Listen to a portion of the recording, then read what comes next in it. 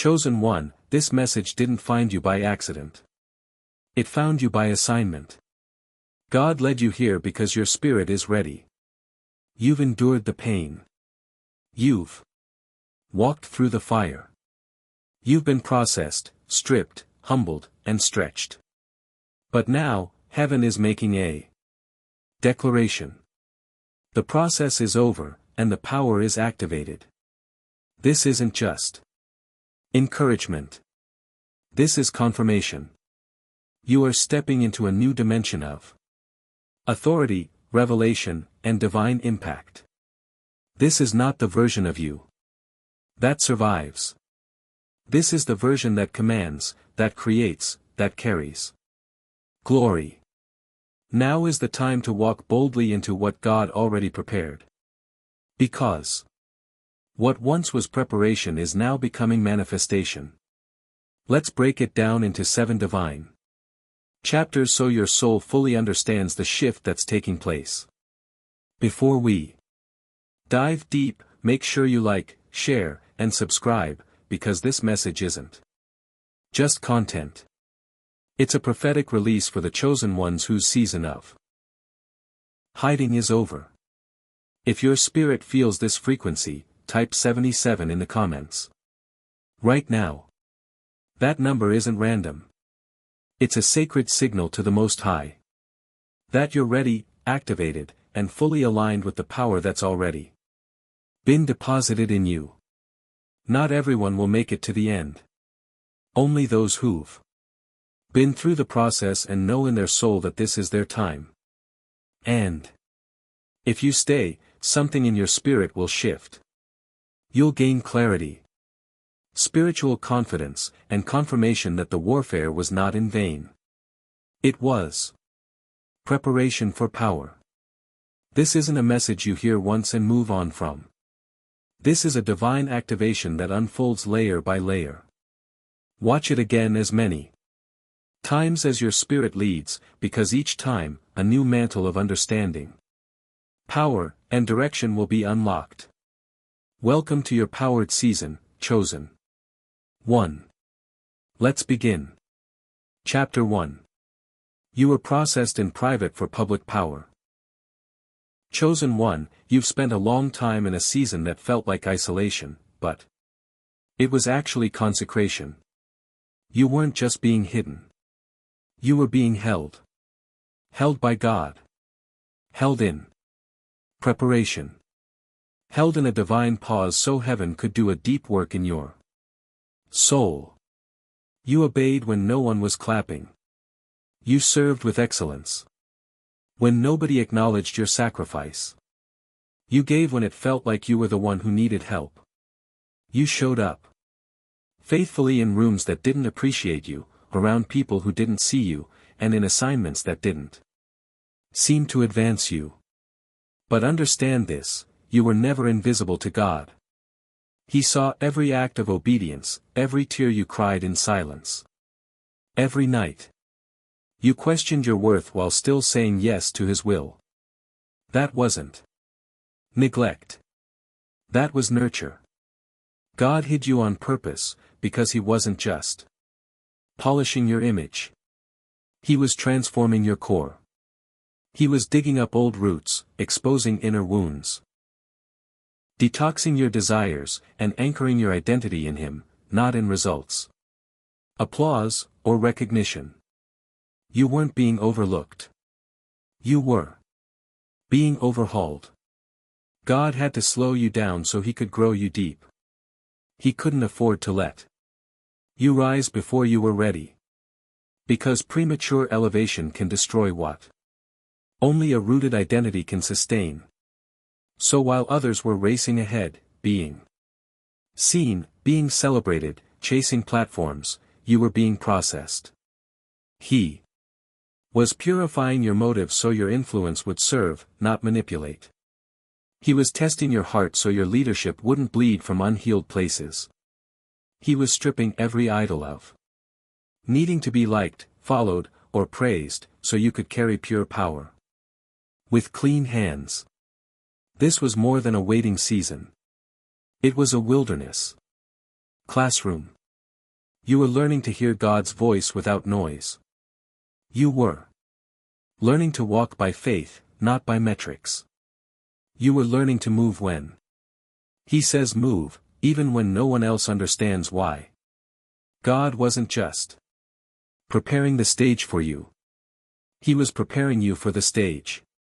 Because what you're about to carry cannot be sustained by charisma or talent alone. It must be held by depth, integrity, and revelation. And that kind of vessel doesn't come from the spotlight. It comes from the secret place, chosen one. The silence was your sharpening. The obscurity was your oil press. The delay was your divine development. And now, after all the breaking, all the crushing, all the refining, heaven is saying, they passed the test in private. Now, I will reward them in public. This isn't a promotion because of popularity. This is a release because of purity. This is not hype. This is holy fire. So, get ready, because what God is about to do through you is not a soft launch. It's a divine unveiling. Your voice will carry weight. Your presence will shift rooms. Your story will make demons tremble, not because of your perfection, but because of your process. Chapter 2. The breaking was necessary for the building. Chosen one. Let's be real. The breaking hurt. It came in ways you never expected, through people you trusted, in moments you thought would be breakthroughs. It wasn't just disappointment. It was devastation. But what you thought was meant to destroy you was actually designed to develop you. The heartbreak. It softened your heart so God could plant compassion. The betrayal.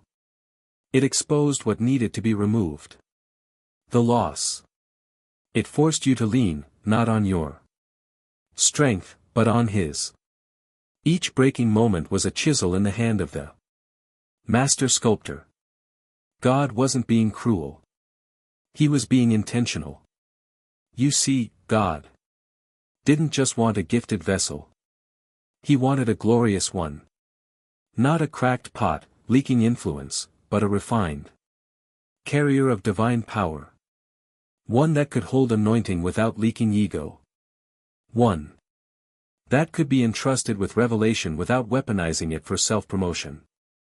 This is why your process had to go deep. Because true power doesn't live in charisma. It lives in scars. It doesn't flow from comfort. It flows from consecration. And you, chosen one, have been consecrated through breaking. God allowed the crushing so pride would die and purity could rise. He allowed the silence so your ears could finally hear His whisper. He allowed the isolation so your confidence would come from Him, not from crowds. You didn't just go through pain. You partnered with it. You allowed it to shape you. You let it humble you. You surrendered to the breaking so God could build something holy, something unshakable. And now what remains is not brokenness, but boldness, formed in fire. You are not weak because you were broken. You are stronger because you didn't stay there. You are walking proof that God does not waste pain, that He truly makes beauty from ashes. That what crushed others became the very foundation He used to elevate you. So no, you won't speak from theory. You won't preach what you haven't lived. You won't teach without testimony, because you've walked through the fire and you came out carrying flames. Your voice now carries authority, because it's been tested. Your wisdom is weighty because it was wrung from real life wounds. And your scars, they are no longer signs of shame. They are stamps of survival and symbols of grace. Chosen one, this power in you didn't come from ease. It came from endurance. This clarity you walk in didn't come from study alone. It came from seasons you barely made it through. You were not just built. You were rebuilt. And now when you walk into rooms, the spiritual realm responds, not because you're loud, but because you're legitimately anointed. This is why God trusted you with the breaking, because he was preparing to trust you with the building. And now you are not just a survivor. You're a structure, a pillar, a living testimony that God's grace still rewrites the story of the broken. So wear your scars with holy confidence, because the world will see the cracks, but heaven will see the glory shining through them. You've been broken, yes. But now you're built for glory. Chapter 3. The process stripped you so the power could clothe you. Chosen one, there's something sacred about being stripped. It's not glamorous. It's not comfortable. And it's almost never understood by the people around you. But the truth is, before God ever clothes someone with divine power, he first strips them of everything that doesn't align with his purpose. And that's what your last season was. You didn't just lose things. You were being purified. You didn't just get rejected. You were being redefined. God began pulling things away, relationships, platforms, titles, even dreams you once held dear. It felt like your life was unraveling. But in reality, your spirit was unfolding. You see, the stripping wasn't personal. It was prophetic. It wasn't God punishing you. It was him preserving the power he was about to entrust to you. He couldn't allow anything false to travel with you into your next. Pride had to go. People-pleasing had to go. Dependency on image, ambition, and external validation, it all had to go. Because this next season of your life isn't powered by popularity. It's powered by presence. The presence of God. The presence of purity. The presence of anointing. And now that the stripping is complete, the covering begins. God is clothing you with something the world can't imitate. This version of you no longer wears insecurity. You wear intercession. You no longer put on approval. You're wrapped in righteousness. You don't walk in anxiety. You walk in authority. You are now clothed in mantles, not masks, garments of fire, robes of revelation, armor that was forged in spiritual warfare and fasted into your bones. This isn't performance. This is power made visible. You don't show up in your own strength anymore. You show up clothed in glory, not because you have it all together, but because heaven has marked you. The same God who stripped you in private is now dressing you in public. And this isn't a costume. It's confirmation. This is why people will begin to respond to you differently. They'll sense the shift. They won't be able to explain it, but they'll feel the weight of what you carry now. It's not ego. It's not charisma. It's not manipulation. It's mantled presence. You've been touched by God, and earth is about to take notice. This is what makes you unstoppable. Not talent. Not status. Not connections. It's the fact that you've been clothed with something sacred.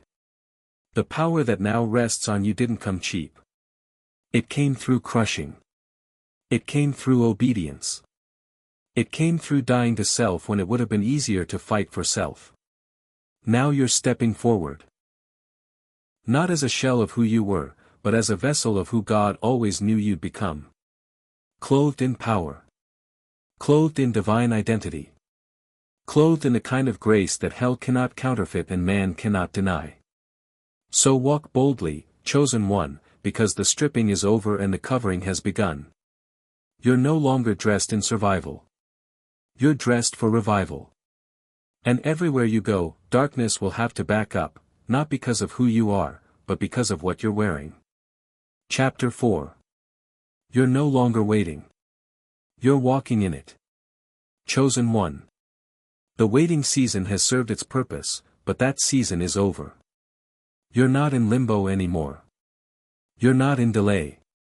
What you've been praying for, preparing for, and patiently enduring for, it's already been released. God is not about to move. He has moved. The shift didn't just begin outside of you. It began within you. The door is not coming. The door is already open. You don't need to knock again. You need to walk through. The cloud has lifted. The weight has shifted. And heaven is now echoing, move forward. You are no longer in the asking season. You are in the activating season. You don't need another sign. You are the sign. You don't need more confirmation. The process was the confirmation. Every battle you survived, every test you passed, every tear you cried, it was preparing you to stand in this very moment. You're not waiting on breakthrough. Breakthrough is waiting on you. Waiting on your voice. Waiting on your feet. Waiting on your yes in motion. What you used to pray for nervously, you now declare with confidence. You've stepped out of wishing and into walking. This is not the time to stall in false humility or second-guess your growth. This is the time to build what God showed you, to release what He put inside you, to speak what He whispered in the dark. The preparation has now collided with divine timing. And the moment is now. The lies that used to hold you back, silence them. The fear that used to paralyze you, confront it. The idea that you're not ready, reject it. Because you are no longer who you used to be. The version of you that doubted, delayed, and diminished your light is gone. What's standing here now is the activated version, the launched version, the walking in authority version. You don't need permission. You don't need validation. You've already been commissioned by heaven. You've already been proven in private. Now God is ready to show the fruit of that process in public. This isn't a dress rehearsal. This is the release. This is your time to execute, not just to envision. To occupy, not just to observe. To manifest, not just to meditate. Start building the business. Start writing the vision. Start stepping into the places that once intimidated you. Because now you carry something they can't deny. What you carry isn't for show. It's for impact. What's been dormant is now being demanded. The same mantle you once questioned is now the mantle being called forth. You're not in the crowd. You've been pulled to the front. You were prepared in silence. But now your voice has been authorized to speak. What God placed in you is no longer just potential. It's power that must be released. You've transitioned from waiting for divine timing to becoming divine timing. Wherever you show up, heaven moves. Wherever you walk, purpose flows. Wherever you speak, alignment is activated. And wherever you go next, the earth will feel the weight of your obedience. Chosen one, you were never meant to just sit and hope. You were meant to walk and carry glory. And now that the signal has been given, the runway is clear. This is your takeoff moment, not in fear, not in hesitation, but in bold, unapologetic, kingdom-backed obedience. You're no longer waiting. You're walking in it. So walk with power. Walk with precision. Walk like you know the heavens are behind you. Because they are. Chapter 5. Your voice is carrying power now. Chosen one. Something has shifted in your sound. This isn't just you talking. This is God releasing through you. The version of you that used to second-guess your words is gone. Your voice used to echo insecurity, trauma, and doubt. Now it echoes identity, truth, and authority. When you open your mouth now, heaven leans in. When you speak, hell takes notice. When you pray, realms respond.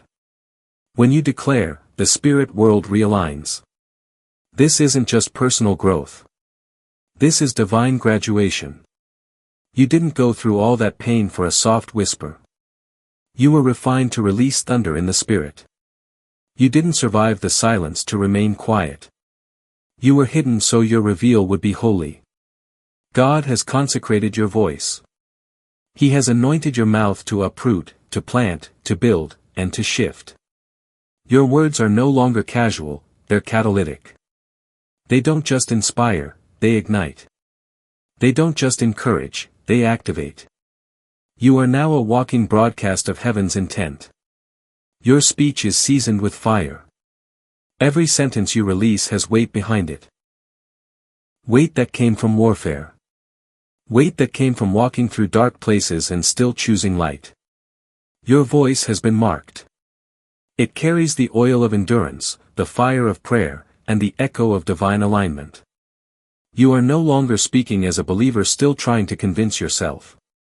You're speaking as one who has been commissioned. God is using your voice to tear down strongholds, break generational curses, and awaken sleeping souls. This is the voice of someone who knows who they are because they've walked with the one who made them. Your silence is no longer a sign of fear. It's a weapon of timing. You know when to speak, when to pause, when to pray, and when to prophesy. Your discernment has caught up with your boldness. And now, when you speak, things don't just change, they shift into divine order. You don't have to argue for your anointing. You don't need to explain why you carry what you carry. Your life is the evidence. Your scars are the certification. And your voice is the sound of someone who's been through the fire and came out with flame. When you speak, people won't just hear your words. They'll feel your history with God. Every syllable will carry the weight of where you've been and the oil of what you've overcome. The prophetic is not just something you access. It's something you embody. You don't just say what's trending. You say what's true in heaven. Your voice is the sound of alignment. It is the sound of divine instruction. It is the sound of breakthrough. Speak as God leads. Move as He instructs. Declare when He prompts. Command when He authorizes.